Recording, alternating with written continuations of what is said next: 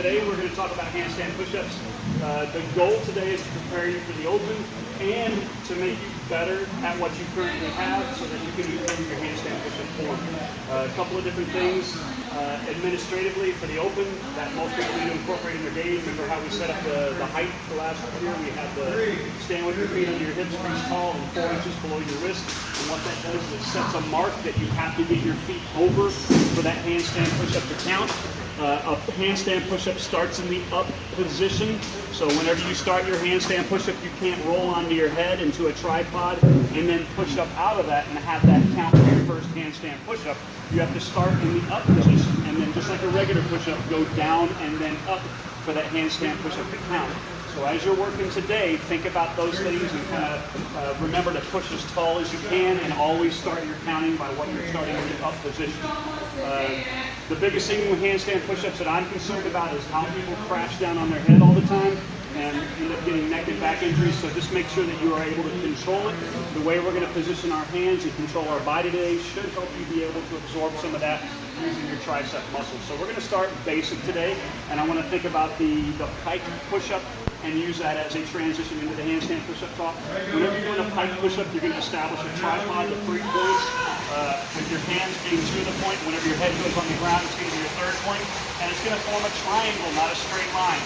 So whenever you push your head down to the ground, your top of your head is physically going to touch the ground about fingertip or higher away from your hands. So you're not going to get your head towards the middle of your palms, and it's a triangle formation between your head and your hands. Notice how his body is super straight, and wherever his shoulders goes, his hips go as well. So he keeps his legs straight, keeps his core tight, and his whole body moves as a unit. Now he's done like 400 of these things, so he's like super exhausted now. But I want everybody here to do about 2 to 3 pike push-ups. So we're going to break it up, so we'll do half. So this half of the class gets to go first. I want you guys to watch. And what I want to see is I want to see your elbows tracking this way. And when you go into that push, I don't want to see elbows out to the side like that. And I don't want to see your head going down on top of your hands like this. I want to see that rotation of your shoulders so that your head goes in front of your fingers whenever you're on the ground. See your hands and your forearms when you're in the down position. So you can use the mats over there, you can use whatever you want to. Just 2 good, strong pike push-ups if you can. Elbows tracking back. Head towards the mat, and try to keep your hips high and push your whole body towards the ground. Very good, very good, very good. So don't look at the ground. Try to hit your forehead or the top of your head. Much, much better. So, and go ahead. For those of you whose fingers are facing forward, notice that your elbows are going out wide. Try to rotate your thumbs forward, and that'll allow your elbows to go back in the But not 90 degrees like that, about 45 degrees. And that way you can kind of get that good elbow. You may want to widen your... Your form, both of you ladies are doing really good. There's different things with both of you. You're sending your whole body down like that instead of forward like that. So instead of lowering everything, think of rocking this way with your shoulders, your head, and your butt all moving together forward. It's a lot of tricep load. Much better, much better, much better. And you're still kind of going down, but that works well. So second half of the room, I want you guys to go ahead and set up, same thing. 2, 1, go. Think about your hand position. Think about where you're going to move your body down. Very good, very good.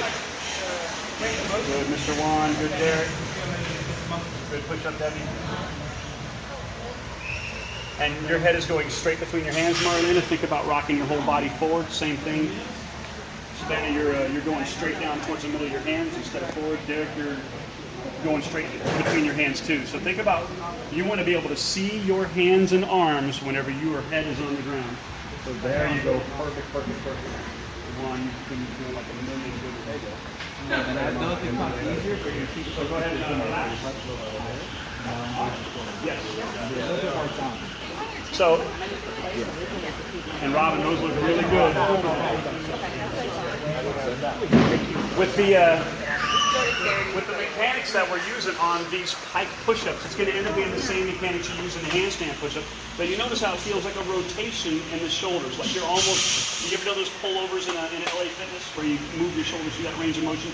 The same thing for a pike push-up and a handstand push-up, so you're not just lowering everything down like you're bound and you're trying to do a regular push-up. you're rotating and pulling, and so that you load your triceps with a lot more body weight and control. So now I'm not just using your shoulders, now you're using your shoulders and your triceps and your traps and your pectorals and a lot of different muscles to support that movement, and that's what we're looking for, is more muscle.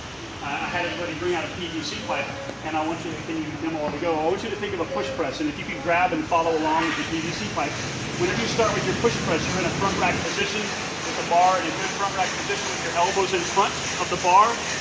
And if you think about your handstand push-up, I kind of want you in the same type of frame. Whenever you start your push, you go from your hands in front of you, and go ahead and raise the bar until it's eye level, and then freeze. Can you see your forearms? Can you see your hands? The answer should be yes, because the bar is preventing you from being able to pull that bar back there. Now go ahead and go all the way to the top and go head to the window where your ear is in front of your biceps. But you're straight, and I want you to tighten your abs as tight as you can. So don't be there, be there, head through the window nice and tall. This should be the top of your handstand. And notice you went from being able to see your hands to being able to hear your arms in that movement there, with a nice tight core. So go back down and do a couple of push presses and think about your handstand push-up and deliberately move through that range. This is the range of motion I want your arms and hands to move in when you're upside down doing these handstand push-ups. Okay? Everybody's kind of got that drilled into their memory, kind of figured out that. We're going to break this up into groups by show of hands. How many people can do handstand push-ups? Okay, for those people that raise their hands and can do handstand push-ups, you want to pick a group? Okay, Mike will take you and work on advanced skills, probably shoulder touches and some other things after you do a couple of handstand push-ups. I don't want you to wear yourselves out, but I want you to get a little bit of skill work done today. And for those people that can't do handstand push-ups, meet me by the big blue mat, and we'll talk about getting everybody upside down today. 3, 2, 1. You can follow him. You can follow Tim. When do I end it?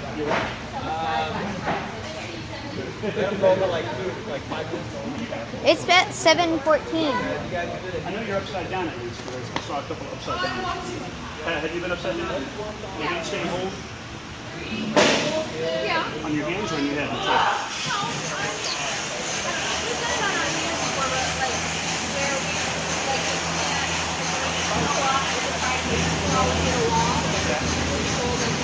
Like with your facing the wall, instead of facing away from the wall.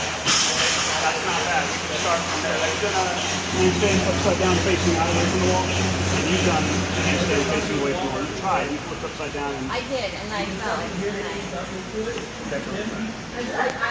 was not here yet. we're going to work in baby steps first. What we're going to do first, we'll do the wall walk burpee, facing the wall. So you walk your feet up and you walk your hands as close to the wall as you can. And I want you to have maybe that much space between the heels of your hand and the wall when you get upside down. So it's going to be nerve-wracking and scary, but I want you to get up there, and as soon as you're up there, I want you to think about getting tall and straight. Because a lot of times when you have all that gravity on it, you get really tall through the belly, and everything kind of flexes out that way. So think tall, tight, extend, push, reach with your toes, squeeze, squeeze, squeeze.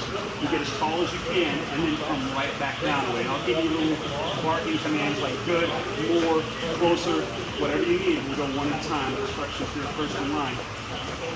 Wall burpee, facing the wall. Walk your feet up, get as close as you can to the wall. And whenever you feel you're tall, get tight, straight, and tall. Good. Closer, closer, closer. Closer.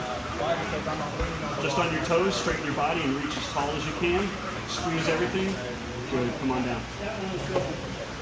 Good. And how unnerving was that? Do you feel you could have gone closer to the wall? Probably. Okay, we'll get you on round 2. So same thing, try to get as close to the wall as you can. Like I did push up first too. So instead of turning your hips from like trying to push it up top of the hand. There you go. Take the body weight, push your touch. You gotta have quick hands. Quick hands. Very ground rotate down to your back and not the wall and handstand hold.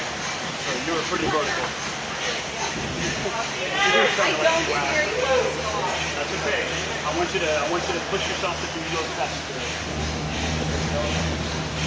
Push your hands, walk with your feet. A little more, just one more walk, one more hand. Now push yourself as tall as you can, toes only, straight, squeeze the abs, squeeze the butt, squeeze the thighs. Try to go head to the window. Come on down. Oh God. Did you feel stress in your lower back? No. Good, good.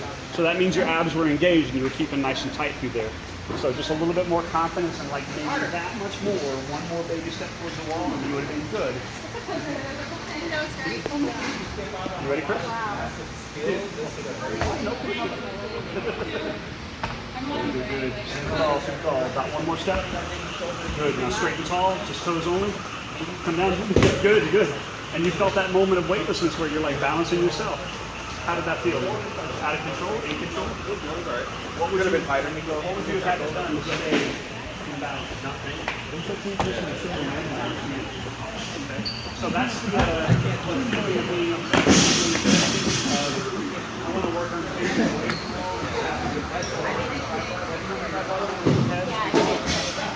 Can you, who's going to go with the handstand?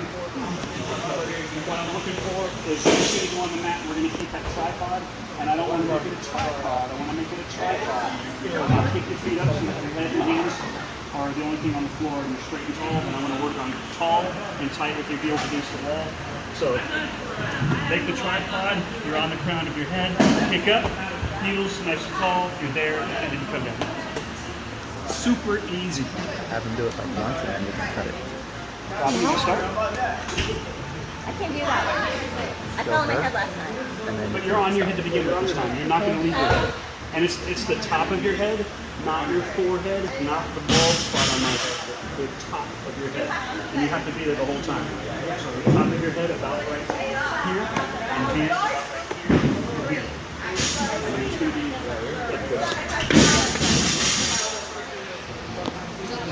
Not yet. Well, we'll get you, once you get everything set, then you'll pick up. You're not going to, we'll start with some of this. Can you go? I see Chris coming towards the wall. I see hesitation. You're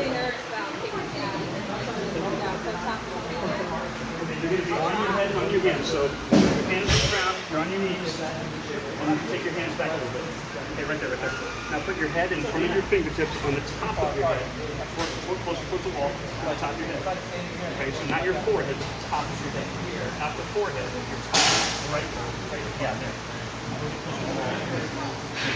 Now get off of your knees and you're on your toes and walk towards your elbows a little bit. And kick your feet up towards the wall, keeping your weight on your head and on your hands.